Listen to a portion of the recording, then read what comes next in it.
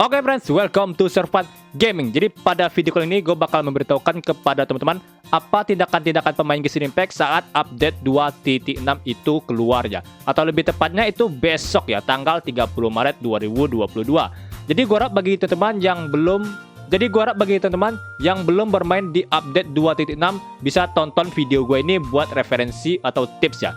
Jadi gue bakal beritahukan kepada teman-teman apa yang dilakukan oleh para pemain Genshin Impact saat update 2.6. Oke friends, langsung saja kita mulai videonya. Let's go. Drop it.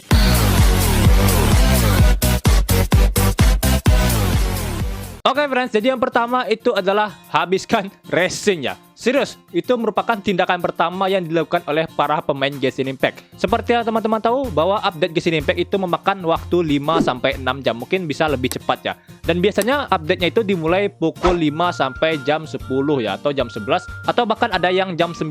Dan itu sudah membuat resin kita menjadi penuh jika kita tidak menghabiskan resinnya pada malam sebelum update, atau lebih tepatnya malam ini jika teman-teman nonton video gue ini ya. Jadi setelah update, teman-teman bakal melihat penuh resinnya jika teman-teman tidak habiskan sebelumnya ya.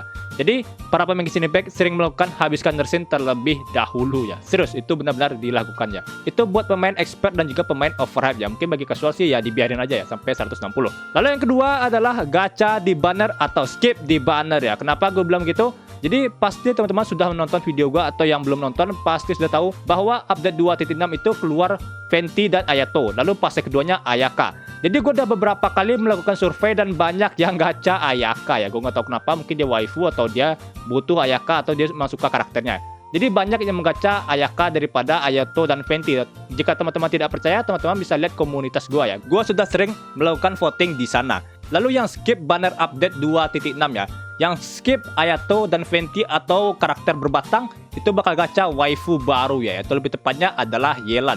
Kenapa gue bisa simpulkan begitu? Karena pada polling sebelumnya gue melakukan polling, itu banyak yang milih Yelan daripada Ayaka. Sedangkan pada polling sebelumnya ya Ayaka yang paling tinggi ya. Lalu gue ada posting baru, Yelan itu dia yang lebih tinggi daripada Ayaka. Jadi pada update 2.6 gue yakin teman-teman ada yang skip banner berbatang di fase pertama ya. Dan bakalan gacha di fase kedua atau menunggu update 2.7. Dan juga banyak yang menunggu Kazuha di update 2.7 ya. Mungkin bakal keluar Kazuha. Lalu ada juga kabarnya bahwa itu bakal rerun ya. Karena pada update 2.7 itu bakal rilis bintang 4 yaitu Kuki Shinobu, yang mana dia merupakan salah satu geng Arataki Ito. Jadi Arataki Ito kemungkinan bakal rerun ya. Jadi gua nggak tahu ya apakah Kazuha bakal rerun di update 2.7 atau enggak ya. Lalu yang ketiga adalah eksplorasi map Chezam ya. Akhirnya kita bisa menjelajahi peta baru di Teyvat ya. Setelah pada update sebelumnya yaitu Enkanomia, kita bakal menjelajahi area Chezam, yang mana Chezam itu merupakan ya tambang yang ada di Liyue. Chezam memiliki dua fase ya, yaitu fase yang di atas dan juga fase yang tambang.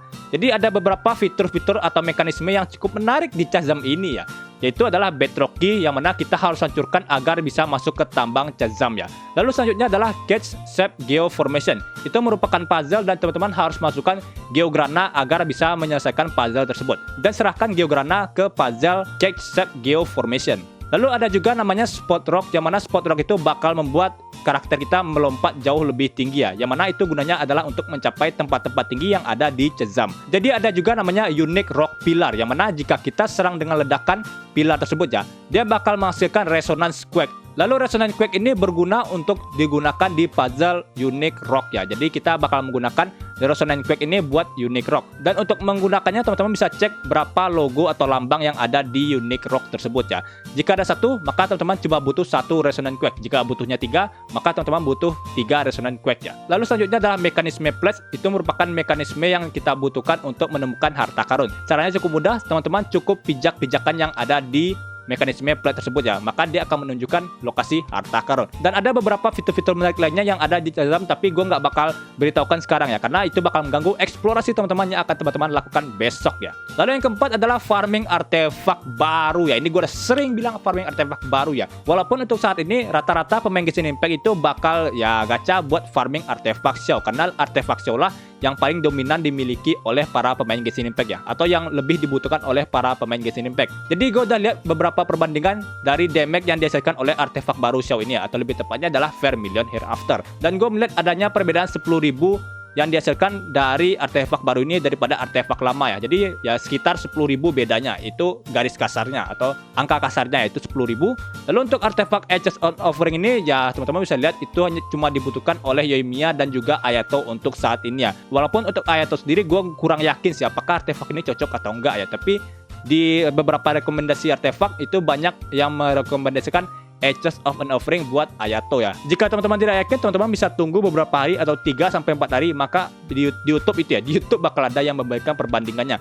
Untuk gue sendiri ya, gue kurang yakin ya, karena gue membutuhkan waktu yang lama untuk farming artefak. Jadi ya mungkin nggak bisa gue lihat perbandingannya.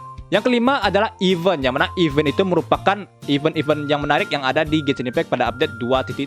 Tapi sebelum kita menghadapi event, kita bakal dihadapi oleh quest story terlebih dahulu, yaitu quest story dari Ayato ya. Lalu untuk quest utamanya yaitu adalah quest Dance Slave, yang mana quest Dance Slave itu bakal membuat kita menjadi lebih dekat kepada tujuan kita ya, atau lebih menemukan saudara atau saudari kita yang menghilang ya.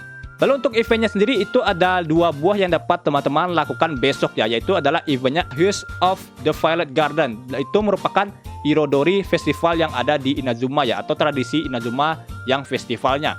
Jadi itu bakal diadakan 30 Maret 2022 atau lebih tepatnya besok ya. Dan teman-teman bisa selesaikan event tersebut untuk mendapatkan Shinkyu yang gratis ya. Lalu selanjutnya adalah event Vibro Crystal Resort. Ini event yang menurut gua cukup menarik. Teman-teman cukup gebuk-gebuk musuh yang ada di domain terbatas yang akan ada di Chazam besok ya. Jadi otomatis teman-teman harus selesaikan Chazam terlebih dahulu. Lalu ada 3 event lagi yang cukup menarik namun belum rilis ya, kabarnya saat ini gua lihat belum rilis ya. Mungkin bakal rilis di fase kedua di update 2.6. Yaitu eventnya adalah event Spice from the West, itu eventnya memasak-masak makanan ya. Lalu ada juga event Outside the Canvas Inside the Lens ya. Itu merupakan ambil foto di berbagai lokasi. Itu udah gue bicarakan di update 2.6 rangkumannya. Teman-teman bisa tonton lagi video tersebut ya. Oke friends, gue rasa itu saja video untuk kali ini. Itulah tindakan-tindakan yang banyak dilakukan oleh para pemain Genshin Impact saat update 2.6. Jika teman-teman tidak ada memiliki tindakan yang ada di video ini, teman-teman bisa tuliskan di kolom komentar. Tindakan apa yang teman-teman lakukan di update 2.6 tersebut ya. Oke friends, terima kasih sudah menonton. See you next in video. Bye-bye.